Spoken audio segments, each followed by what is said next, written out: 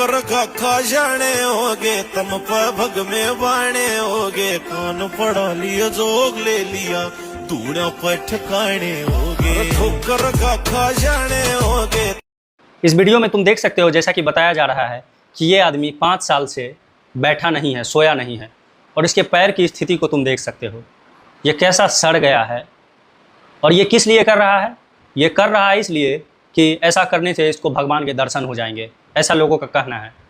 ये इसीलिए कर रहा है और कर भी ये इसीलिए रहा है, या शिव के दर्शन हो जाएंगे या कोई भगवान के दर्शन हो जाएंगे।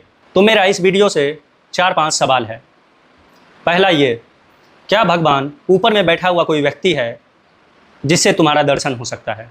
और अगर हाँ, तो फिर दुनिया में इतना दुख क्यों है, इतनी पीड़ा क्यों है, इतनी भूखमरी, गरीबी, बेरोजगारी, आतंकवाद इतना क्यों है? कोई ऊपर में अगर जो भगवान बैठा है तो ये सबको खत्म क्यों नहीं कर देता है? प्रतिदिन लाखों घटनाएं ऐसी घटती है जिसे साबित होता है कि ऊपर में बैठा हुआ कोई व्यक्ति नहीं है। जैसे 2-4 मैं एग्जाम्पल से समझाऊंगा। जैसे किसी 1 साल की बच्ची या 6 महीने की बच्ची का रेप हो जाता है, किसी औरत की योनि में रॉड को घुसा दिया जाता है, और भी प्रतिदिन ऐसी घटनाएं होती रहती हैं। बाढ़ में हजारों लोग मर जाते हैं, कोई तीर्थ स्थान की यात्रा के दौरान बस पलटने से लोग मर जाते हैं, भगवान के दर्शन से लौटते वक्त मर जाते हैं।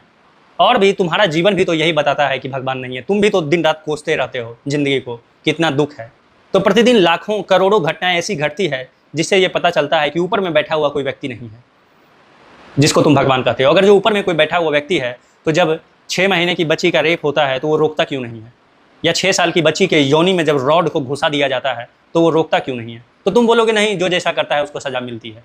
तो चलो मान लेते हैं कि 6 साल की बच्ची ने ऐसा काम किया कि उसकी योनि में रॉड को घुसाया जाए, तो भी तो साबित नहीं होता है कि भगवान है। क्योंकि अगर भगवान रहता तो उस लड़की को ऐसा काम करने से रोक देता जिसके लिए वो अपनी योनि में रॉड घुसवाना डिजर्व करती है। और दूसरी बात, जब व्यक्ति उसकी योनि में रॉड को घुसा रहा था तो उसे रोक देता, क्योंकि भगवान बोलता कि मैं इसको सज़ा दूंगा, तुम मत दो। और तीसरी बात, जब वो व्यक्ति उसकी योनि में रॉड को घुसा के उस लड़की को सज़ा दे दिया उस लड़की के पाप के लिए, तो फिर उस व्यक्ति को क्यों सज़ा हुई फांसी की? तो तुम कहोगे कि जो जैसा करता है उसको वैसा मिल जाता है, ना कोई उसको करने से रोक सकता है और ना कोई उसकी सज़ा को पाने से रोक सकता है। तो फिर ऊपर में बैठा हुआ व्यक्ति हो या ना हो, इससे क्या फ़र्क पड़ता है? जैसे अगर तुम किसी का रेप करना चाहते हो तो तुमको रोक नहीं सकता है कोई, और तुमको सज़ा दिलवाने से भी कोई रोक नहीं सकता है। तो फिर कोई ऊपर में बैठा हो या ना हो, क्या फ़र्क पड़ता है? वो तो किसी चीज़ में भी बाधा नहीं देता है। इसीलिए ऊपर में बैठा हुआ कोई भगवान नहीं है, ये पहली बात। दूसरी बात, अगर मैं तुम्हारी बात को मान लूँ कि ऊपर में बैठा हुआ कोई व्यक्ति है जिसे तुम भगवान कहते हो, जो सबको देख रहा है, वो है भी, तो क्या वो मैसोचिस्ट है? क्या वो दुखवादी है जो तब तक दर्शन नहीं देगा जब तक तुम अपने आप को दुख ना दो, जो तभी दर्शन देगा जब तुम अपने आप को दुख दोगे? क्या वो दुखवादी है जो दूसरे को दुख देना चाहता है, जो तुम लोग को दुख देना चाहता है? ये व्यक्ति अपने आप को दुख दे रहा है 5 सालों से, ये गधापंती कर रहा है, तो क्या भगवान तुम्हारा दुखवादी है जो दुख देने से तुम्हें मिलेगा? तीसरी बात, ये सब गधे इसकी पूजा क्यों करने लगते हैं? ऐसा क्यों हो जाता है जब व्यक्ति कोई अपने आप को दुख देता है तो सब उसकी पूजा क्यों करने लगते हैं? क्योंकि हम लोग 24 घंटे मज़ा लेना चाहते हैं, 24 घंटे प्लेजर में जीना चाहते हैं। सेक्स का, शराब का, बकरा का, बदबनकड़ी का, पद का, प्रतिष्ठा का, सम्मान का, 1 लाख तरीके के इंटरटेनमेंट का मज़ा लेना चाहते हैं। और दूसरा, जब कोई खुश होता है तो उससे जलन भी होती है हम लोग को। तो जब ये व्यक्ति को हम लोग देखते हैं कि ये अपने आप को दुख दे रहा है, ये मज़ा भी नहीं ले रहा है और उल्टा अपने आप को दुख दे रहा है, तो हम लोग इसकी पूजा करने लगते हैं, क्योंकि हम लोग को लगता है कि हम लोग से अलग है। और दूसरी बात, इससे हम लोग को जलन नहीं होती है। हम लोग को जलन उससे होती है जिसे देखकर लगता है कि ये खुश है, उससे जलन होती है। इस गधे को देखकर इससे क्या जलन होगी? ये तो अपने आप को इतना दुख दे रहा है, तो इससे जलन भी नहीं होती है। और ये आश्चर्य भी होता है कि हम लोग 24 घंटे मज़ा लेना चाहते हैं और ये अपने आप को दुख दे रहा है, तो इसकी पूजा करो। इसीलिए हम लोग इसकी पूजा करते हैं। हम लोग को घंटा कोई पता नहीं है कि इसको भगवान मिलेगा या नहीं मिलेगा। हम लोग को खुद पता नहीं है भगवान होता भी है या नहीं होता है, तो भी इसकी पूजा करने लगते हैं, क्योंकि ये कुछ अलग कर रहा है, ये अपने आप को दुख दे रहा है, इससे जलन नहीं होती है। और जिस व्यक्ति से आदमी को जलन नहीं होती है उसको दुख कम से कम नहीं देना चाहता है। वो सुख भले ना दे पाए लेकिन दुख नहीं देना चाहता है। और कुछ लोग उसकी पूजा करने लगते हैं क्योंकि वो अलग है हम लोग से, इसीलिए सब इसकी पूजा कर रहे हैं। मुझे इस बेचारे पे दया आती है। भगवान कोई व्यक्ति नहीं है जो ऊपर बैठा हुआ है, जो तुम्हारे दुख देने से तुम्हें मिल जाएगा। तो फिर भगवान है क्या? भगवान एक स्थिति है, भगवत्ता एक स्थिति है। जब तुम्हारा अहंकार, समय और विचार खत्म हो जाएगा, यानी कि जब तुम अहंकार, समय और विचार से मुक्त हो जाओगे, तुम खुद भगवान हो जाओगे। भगवान या फिर भगवत्ता बोलो, भगवत्ता अच्छा शब्द है। भगवत्ता एक अनुभव है, गॉड नहीं, गॉडलीनेस एक अनुभव है। जब तुम्हारा अहंकार खत्म हो जाएगा, जब तुम कुछ नहीं होना चाहोगे, कुछ नहीं बनना चाहोगे, जब तुम्हारा समय खत्म हो जाएगा, जब तुम भूतकाल की चिंता और भविष्य की कल्पना में नहीं जियोगे, जब तुम्हारा विचार खत्म हो जाएगा, जो तुम दिन रात विचार करते रहते हो, तब एक परम शांति आएगी, तब तुम्हें भगवत्ता का अनुभव होगा। वही भगवत्ता का अनुभव तुम्हें भगवान बनाएगी। भगवान हर व्यक्ति की अंतिम क्षमता है, तुम भगवान हो। जिस दिन तुम्हारा अहंकार, समय और विचार खत्म हो जाएगा, तुम भगवान हो जाओगे। जिस दिन तुम जान जाओगे तुम शरीर नहीं, तुम आत्मा हो, उस दिन तुम भगवान हो जाओगे। ये सब 2-2 टके के काम करने से कुछ नहीं होने वाला है। अपने आप को दुख देने से तुम भगवान नहीं हो जाओगे। और ये कोई तपस्या नहीं है, तुम इसको तपस्या मत कहना, ये गधापंती है, ये मानसिक रोग है, ये मानसिक विक्षिप्तता है, ये पागलपन है, इसका इलाज होना चाहिए। तपस्या है क्या? तपस्या है अपने स्वभाव के हिसाब से जीना। तपस्या है सत्य के लिए खड़े होना।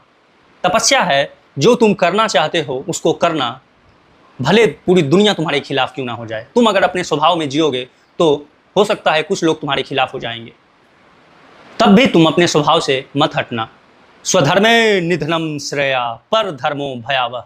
अपने धर्म में मर जाना भी बेहतर है दूसरे के धर्म में जाने से अच्छा। ये कृष्ण का वचन है।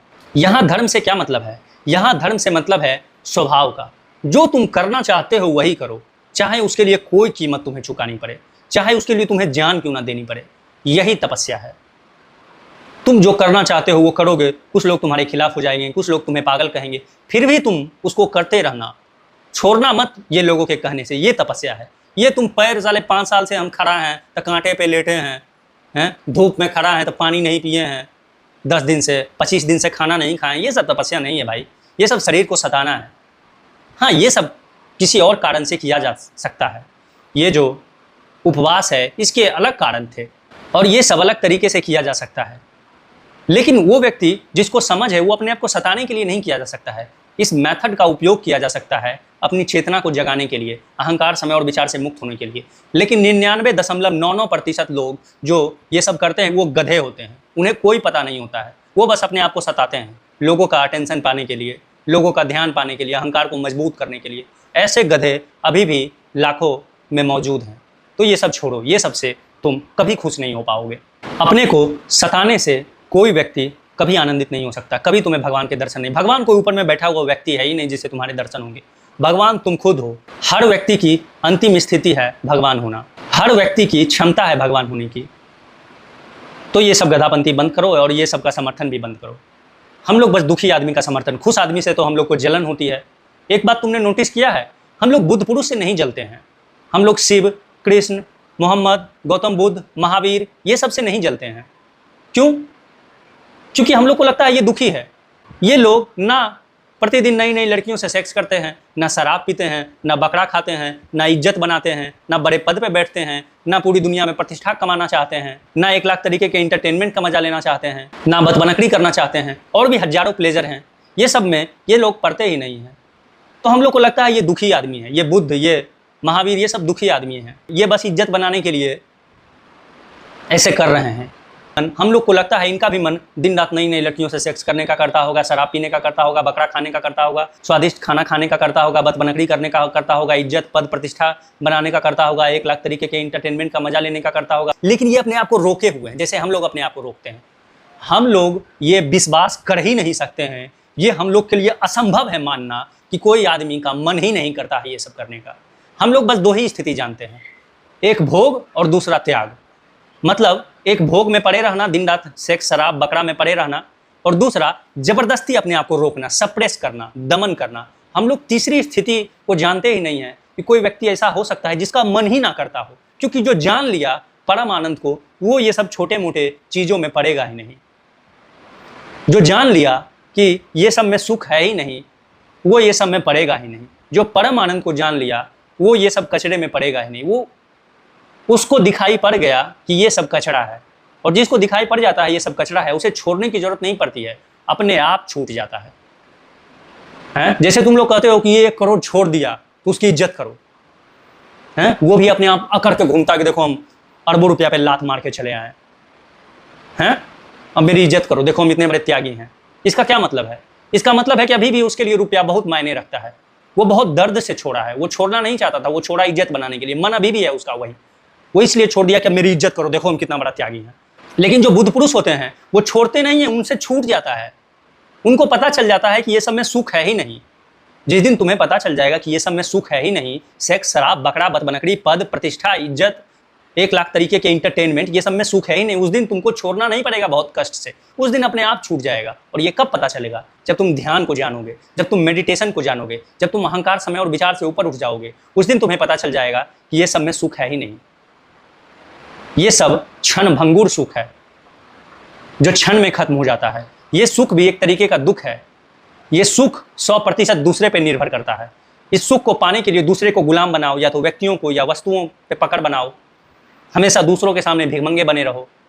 तो जिस व्यक्ति को समझ में आ जाता है ये सुख सुख है ही नहीं, एक तरीके का दुख है, बस सुख का ऊपर एक परत है, अंदर दुख ही है, ये सुख दूसरों पे निर्भर है, वो व्यक्ति इन सब चीज़ों से ऊपर उठ जाता है। तो हम लोग बुद्ध पुरुष से नहीं जलते हैं क्योंकि हम लोग को लगता है ये दुखी है, क्योंकि हम लोग ये मान ही नहीं सकते हैं कि कोई व्यक्ति ये सब को छोड़ के खुश हो सकता है। हम लोग को लगता है कि जो भी खुशी है वो या तो व्यक्ति में है या वस्तु में है। हम लोग की 100% खुशी या तो व्यक्तियों पे निर्भर है या वस्तुओं पे निर्भर है। सेक्स व्यक्तियों पे, शराब वस्तु पे, बकरा जानवर पे यानी वो भी लिविंग थिंग्स पे, स्वादिष्ट खाना ये भी वस्तु पे, इज्जत, पद, प्रतिष्ठा ये व्यक्ति पे, क्योंकि इज्जत भी व्यक्ति के सामने बनानी है।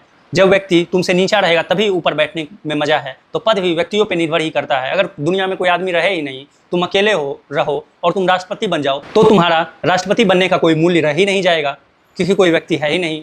या फिर हर व्यक्ति राष्ट्रपति हो जाए तो भी मूल्य नहीं रह जाएगा। पद का मूल्य तभी है जब कुछ लोग तुमसे नीचे हैं। प्रतिष्ठा ये भी व्यक्तियों पर निर्भर है। 1 लाख तरीके के इंटरटेनमेंट ये वस्तुओं पर निर्भर है। बदबनकड़ी, दूसरे से बात बनाना दिन रात, ये भी व्यक्तियों पर निर्भर है।